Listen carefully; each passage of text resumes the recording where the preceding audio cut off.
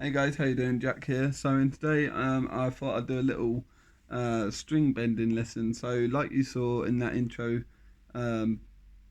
bit where I was just jamming around, all I was doing was just a simple string bending exercise where let me show you one. For example, say we're in A major up on the 5th fret, and what I was doing was playing the 5th fret, well, 5th string, sorry, playing that open, playing the 5th fret on the G string,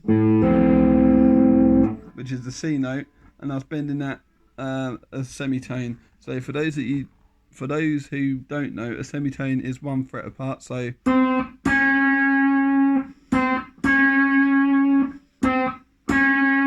for example, the 5th fret to the 6th fret, that is called a semitone. And then a tone, which we won't go into, but I might as well just tell you now, is 2 frets apart for those that don't know. So a tone is 2 frets apart, so we're going from the 5th fret up to the 7th fret on the G string.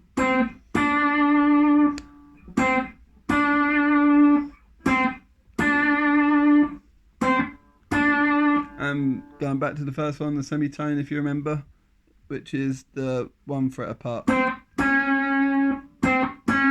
But for this exercise, we're going to be bending the G string on the 5th fret a semitone. So remember, that's just 1 fret apart.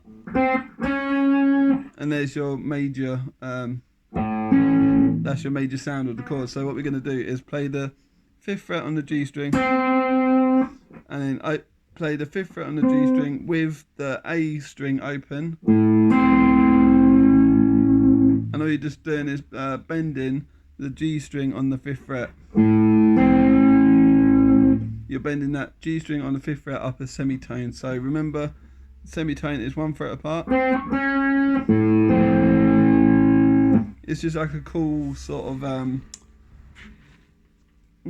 of like country-esque type thing, and you can do it in any key. So that was in A major.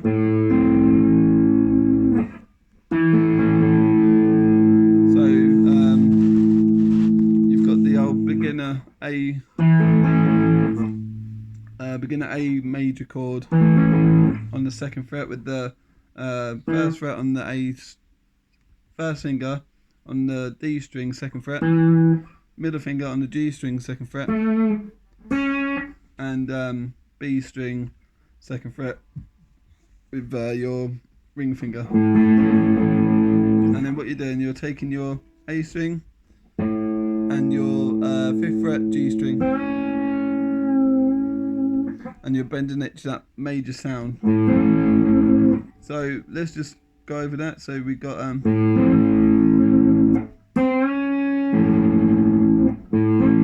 it's always good to like get the root of the chord first, so you tune your ear to what you're bending to. So for example, we're in A major, so you want to play the A.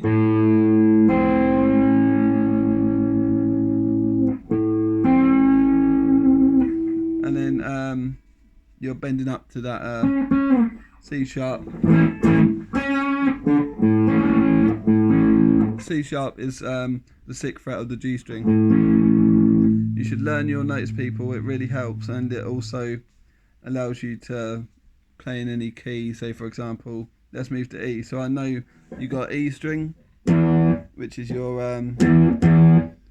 low E string on the 6th string or 6th string, and then you're playing on the D string or the 4th string down. You're going to play the 5th fret again, play the 6th string, your E string, and the D string, playing together,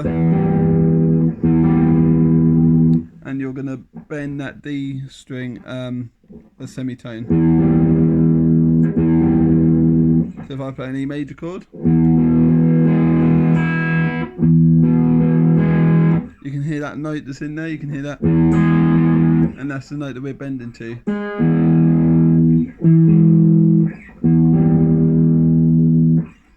Because if you overbend the note, you're going to get all this.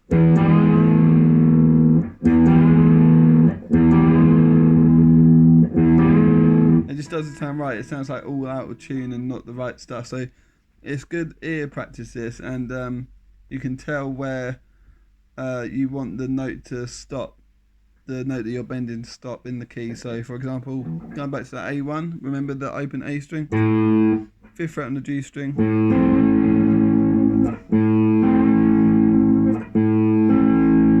and you get that nice A major sound. So again, if we're doing it in E, you're just bending it up a semitone.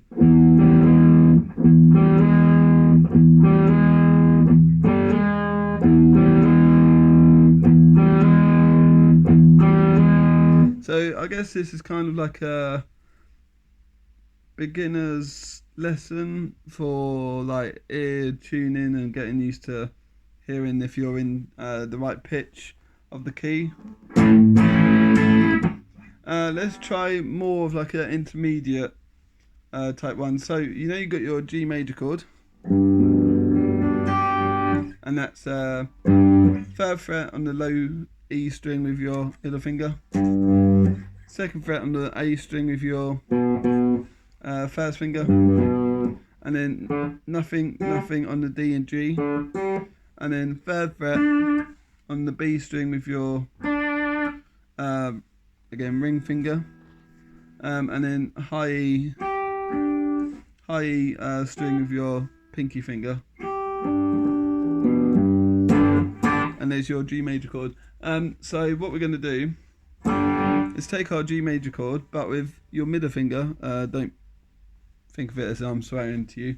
So you're taking the G major chord and you're swapping your middle finger for the 1st finger on the 2nd fret. So it's kind of like a G with an F sharp in the bass. And what we're going to do is bend that F sharp up 1 fret. So we're going, if I can play it right, so we're going.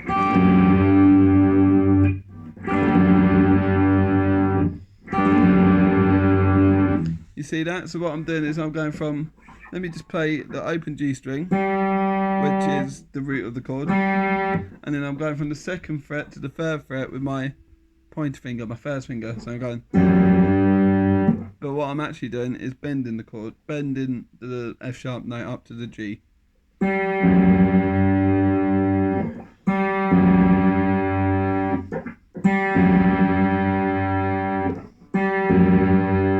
Okay, so going back to the first one that we started, which was in A major, around the 5th fret, bar chord. So remember we got the open A string, which is again the root of the chord, and then you're taking the 5th fret on the G string, which is also the minor 3rd note of the chord. It sounds like all minor. That's where A minor comes from. So it's the same note as that sad sort of tone, and then you're just bending it up a semitone. So remember, a semitone is 1 fret apart, but you're going to bend it, so you're going to go.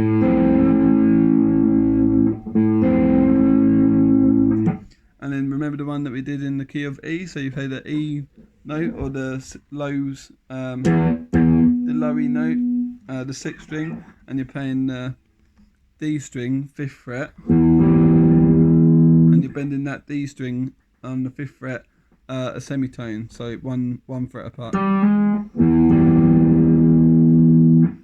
So yeah, that's just a few, and then obviously you got the last one that we did. Let me just play them back to you.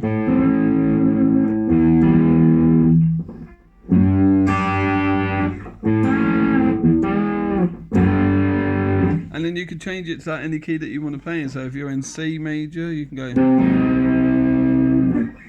the E minor, make it major. A, obviously, that we did, and then the G. And then if you want to do D minor to D major, you can go.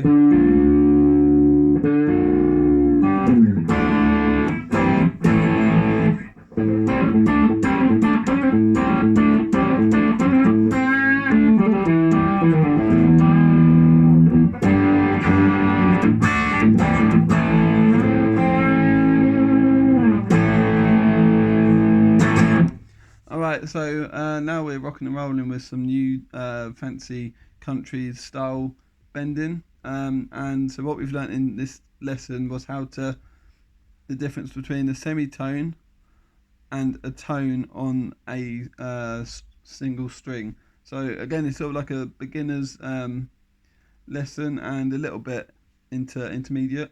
Anyway, I hope you enjoyed this video. If you have, please hit the thumbs up button, subscribe for more content, and comment in the comment sections below, because I have just started reading some of them, and I do reply if I get the chance to. So yeah, I'll just do a little outro of me playing around with those lessons that I just showed you.